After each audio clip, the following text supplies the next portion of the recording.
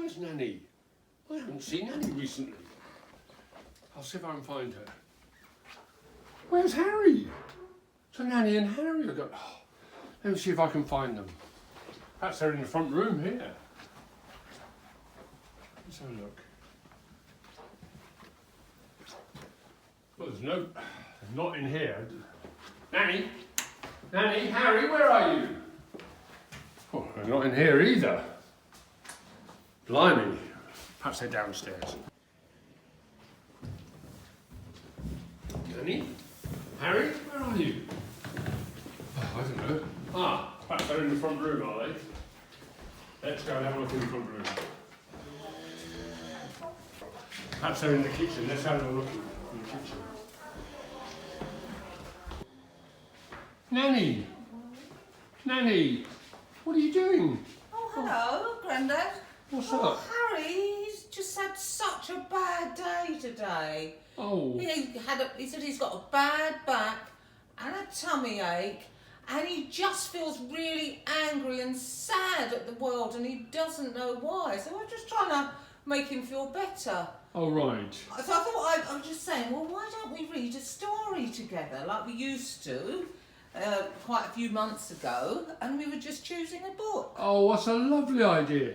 And I think Harry's quite happy with that. Great. He's already perked up a bit. That's great. And then perhaps we can send it to the girls afterwards. Oh, that's a good idea, isn't it? Would you like that, Harry? Oh, yes, look, he's perking up already. Good old Harry. Good old Nanny. What have we got? What do we want? The Little Mermaid, Harry? No, he says that's for girls. Yeah. What can I write? Harry doesn't really like writing very much. Well, he hasn't got the fingers to hold a pen properly, No, has he? that's true. What about the Hugs and Kisses contest? Whoa. That sounds quite good, doesn't it? Because that's all about hugs and kisses, and we can all give people hugs and kisses when we feel better. So are you ready, Harry? And I'll read it. Shall I hold the book so the girls can see the words and the pictures? Is that all right with you? Yeah, okay, that's all right with you. So, this is called the Hugs and Kisses Contest. Don't think we've read this one before. It's quite an old book. Hello, bright sun, shouted Oliver Boxwood. Hello, puffy white clouds. Never in his life had Oliver seen such a fine day on Holly Pond Hill. As he flew his butterfly kite, he looked over the hedge and saw his sister, Emily, giving their mother a daffodil. In return, Victoria Rose gave Emily a big hug. Suddenly it seemed to Oliver as if a dark cloud had crept into his blue sky. Emily seemed to be getting a lot of hugs lately, a lot more than he was. He hadn't been keeping very careful track, but still he felt suspicious. She's stealing all the love, he said to himself. Soon there won't be any left for me. Oliver decided he'd be a dark cloud in Emily's day. I don't know, that's very nice, Harry, is it? Guess what? Oliver said to his sister in the garden. Mama loves me best. Emily's ears turned red. No, she doesn't. She loves us just the same. Poor Emily, Oliver sighed. I wish Mama could have two favourites, but favourite means one, and that's me. Why don't we have a contest, Emily said. Whoever gets the most hugs and kisses from Mummy before the sun goes down is her favourite child. Oliver was not at all certain he could win such a contest, but there was no getting out of it. Well, all right, he said, a little crossly.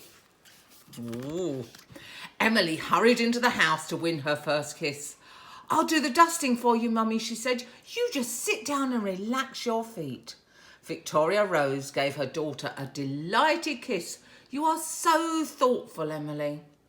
I can do better than that, Oliver told himself. I'll make a soothing foot bath for Mama. And he trotted down the path to his father's office. The sign on Dr. Edmund's office said, Out! Please come back at 5 o'clock. But Oliver could not wait that long to win his first hug. I think I know how to make a foot bath, he said, not at all sure. Surrounded by jars of powders and pastes, tonics and tinctures, balms and butters, Oliver was even less sure than before.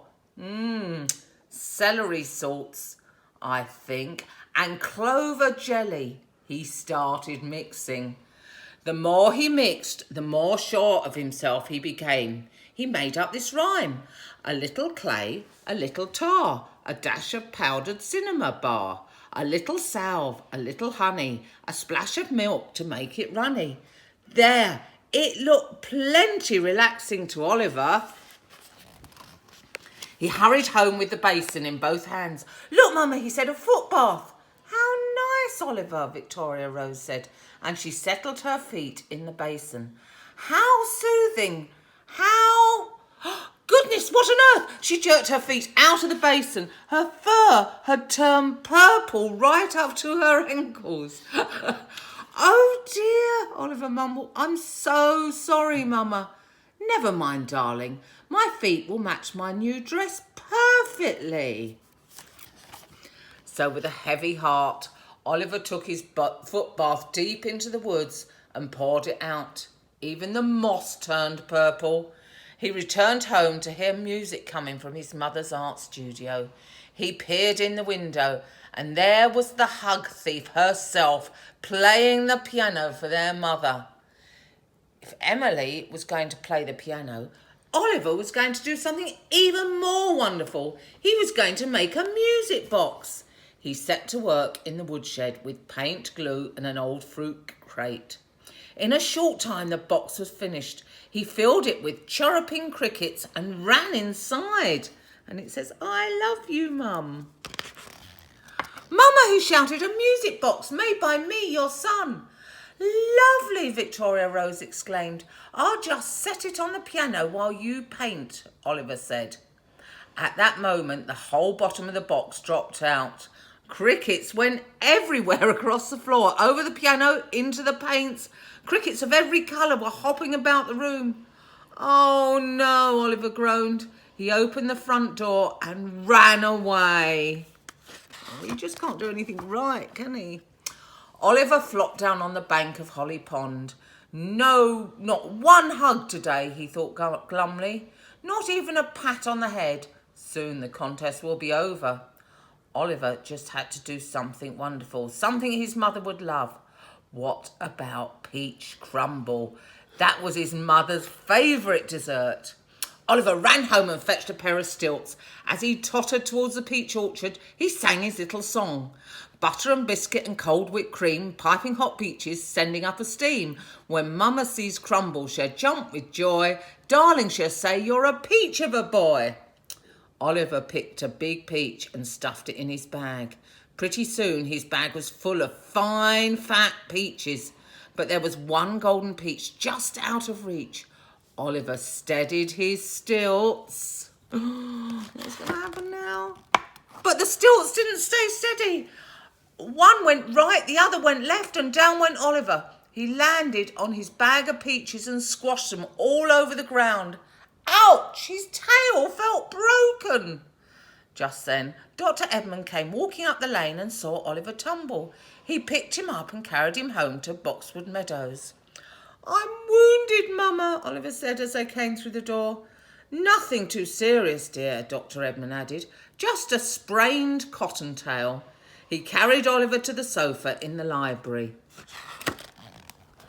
In a twinkling, Victoria Rose had an ice pack for her poor wounded boy, and a blanket and a bowl of sweet lettuce ice cream.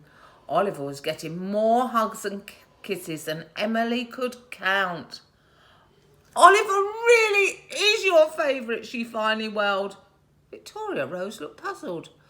All day long, Oliver has messed everything up, but now he gets all the love. Victoria Rose sat Emily down on her knee right next to Oliver. Emily, Victoria Rose said, you are my favourite Emily. And Oliver, she said, you are my favourite Oliver. I don't love you because of what you do for me. I love you just because you're my children. Then she gave them their own special hug. That night, as Emily and Oliver were lying in their bunk beds, Emily said, "I'm glad Mummy loves us both. It would be sad if she only had enough love for one of us." "Yes, Emily," said Oliver. The silvery moonlight tiptoed around the bed, while the stars outside twinkled in the darkness. Emily was drifting off to sleep when Oliver piped up, "Too bad Papa loves me best." What did you think, Harry? Was that a nice story? It was all about hugs and kisses and how everybody loves each other, just in different ways for different people. So you're feeling better now? You're not feeling as angry? You're not sure? Well, forgot. We got the girls there. Hope you enjoyed that, girls. I thought that was a really good story. Just shows that you all love each other, really, and even if we have sad days, we love each other, and it's nice to tell everybody how much you love them. Hope you enjoyed it, and thanks for listening. Have a good evening. Bye.